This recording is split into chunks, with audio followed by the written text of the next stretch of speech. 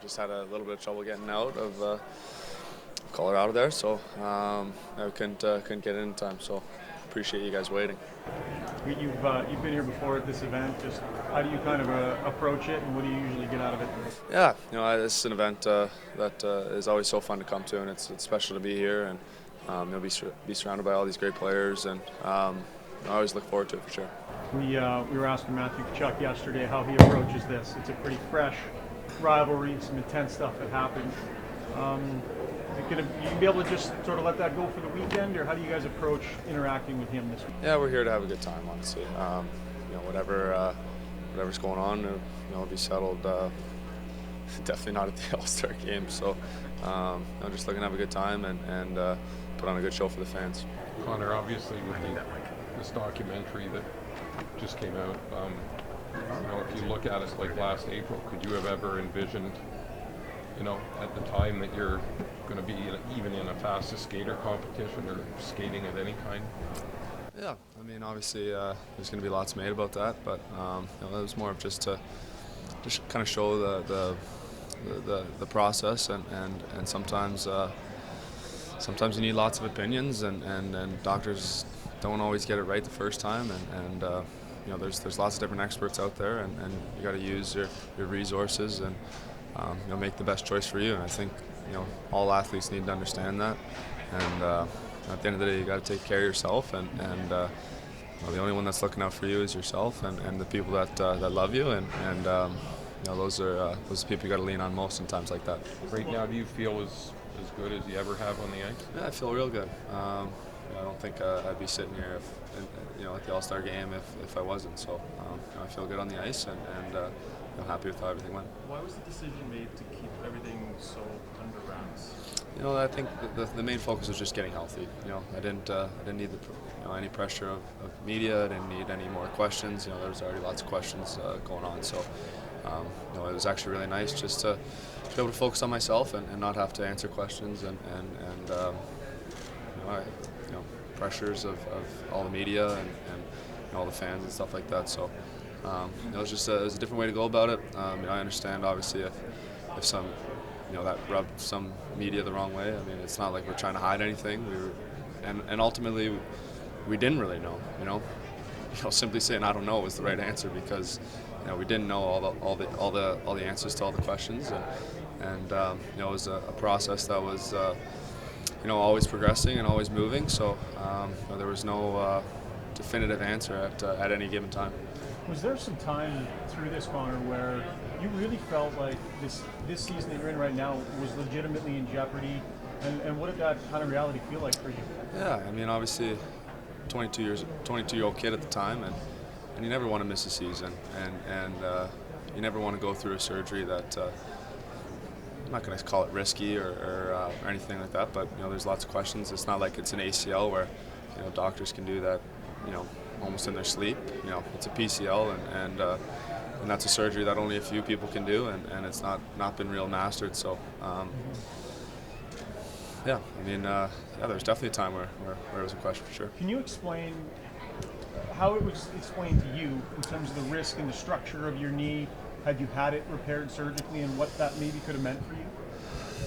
Yeah, I guess you got to watch the documentary too, so might answer some of your questions. But yeah, of course. To my understanding, it was obviously I'm not a doctor, but they take a piece out of somewhere else and they make it a new PCL and drill in some screws and hope it sticks. So obviously it's a little bit more complicated than that, but it's a surgery that, like I said, I don't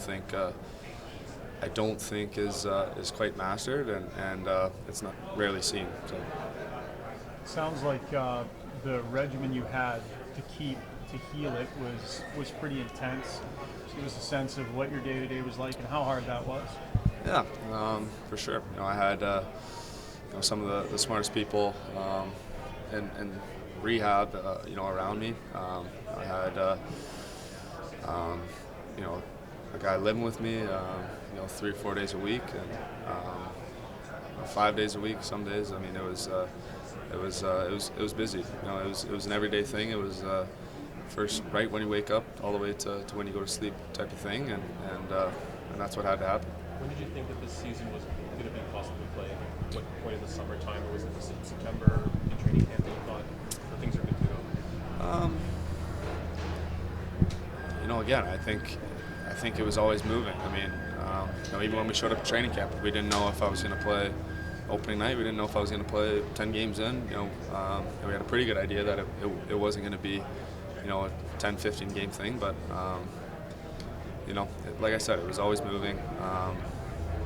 Progression was always happening, and if there was ever a time where we didn't see exactly what we wanted, we would pull back a little bit, and it was definitely a long process. Was there a significant breakthrough for you, whether it was your first game or where you sort of went, I know I'm good here? I think there was two or three real big things for me. I think one was the first time getting back on the ice. I think that was a time when even though I was wearing a big brace, I thought still feel all right. And another time is in the summer. I think the day before I left for training camp, I was actually playing in a scrimmage with guys from the gym, and which I hadn't done all summer. So I think that was a big step for me. And then obviously playing in a real game. I think those are three huge steps that just made me feel better and better about it as we went on. What did you learn about yourself going through all this? Yeah, I mean, you learn just to stick with it. I mean, there's so many different. There's lots of days where you don't really feel like doing it, or you don't feel like grinding it out, but you got to do it. Those are the highs and lows of being an athlete, and if you want to feel those highs, you got to go through those lows every now and then. Do you appreciate this season even more? Yeah. For your health Yeah, of course. It's especially early. We're having some success, and just to be on the ice and be a part of that, it was fun. When you come to St. Louis as a visiting player, compared to past years, I know you were here earlier this season, is there a noticeable difference after the Stanley Cup in just the atmosphere with the fans and everything? Yeah, I think so for sure. We only played here once, and it was the fans were into the game, and obviously you look around what's going on this weekend. It's packed out there. Even though it's pretty cold, fans are still coming out and supporting, and I think the hockey bug has for sure hit St. Louis.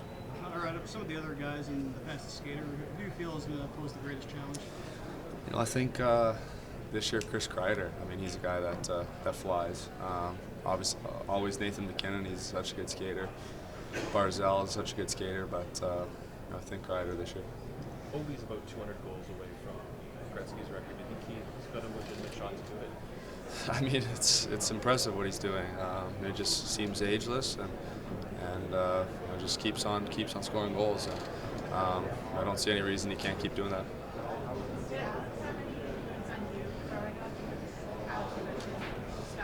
Yeah, I was actually always a big Sidney Crosby fan. So obviously he was a guy that when you talk about Sid, you always had to talk about Ovechkin as well. So definitely watched a lot of his game, and I have a tremendous amount of respect for what he's done and what he continues to do. Speaking of Crosby, we're coming up on the 10-year anniversary of the Golden Goal. I know you were young back then. Did you remember watching it and what that was like? Yeah, of course I remember that. I think any Canadian that watches hockey can tell you where they were.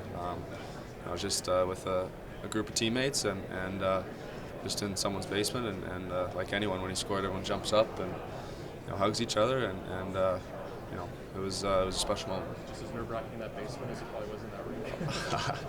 I would say it was. I'm not sure quite the same level, but there's definitely some nerves. Yeah. Connor, as you were going through the rehab process and you had kind of these weeks between getting the images on your knee, what was that like leading up to that? Did you ever have any waver in your confidence at all that the path that you took might not work? Oh, for sure. Yeah, for sure.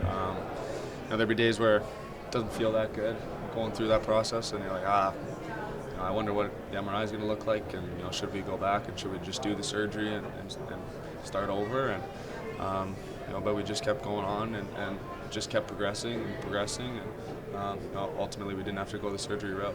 At what point did you know that it was going to work? probably when I got to go back on the ice and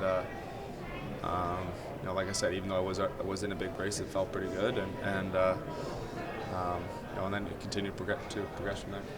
Connor, are you ready to put the rivalry apart with Matthew Tkachuk and be playing with him during the weekend? Yeah, we're just trying to have fun this weekend. You know, it's a special weekend for everyone, and you know, I want to put on a good show for the fans. And yeah.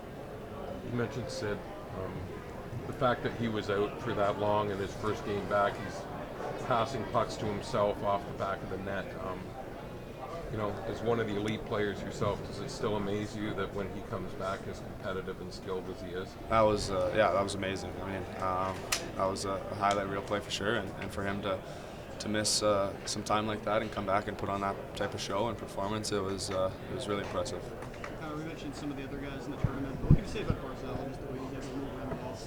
Yeah, he flies. Honestly, he skates like the wind, and he's got real good hands, and he's definitely a player that's fun to watch, and you know, I like watching. Thanks, Connor. Thank you.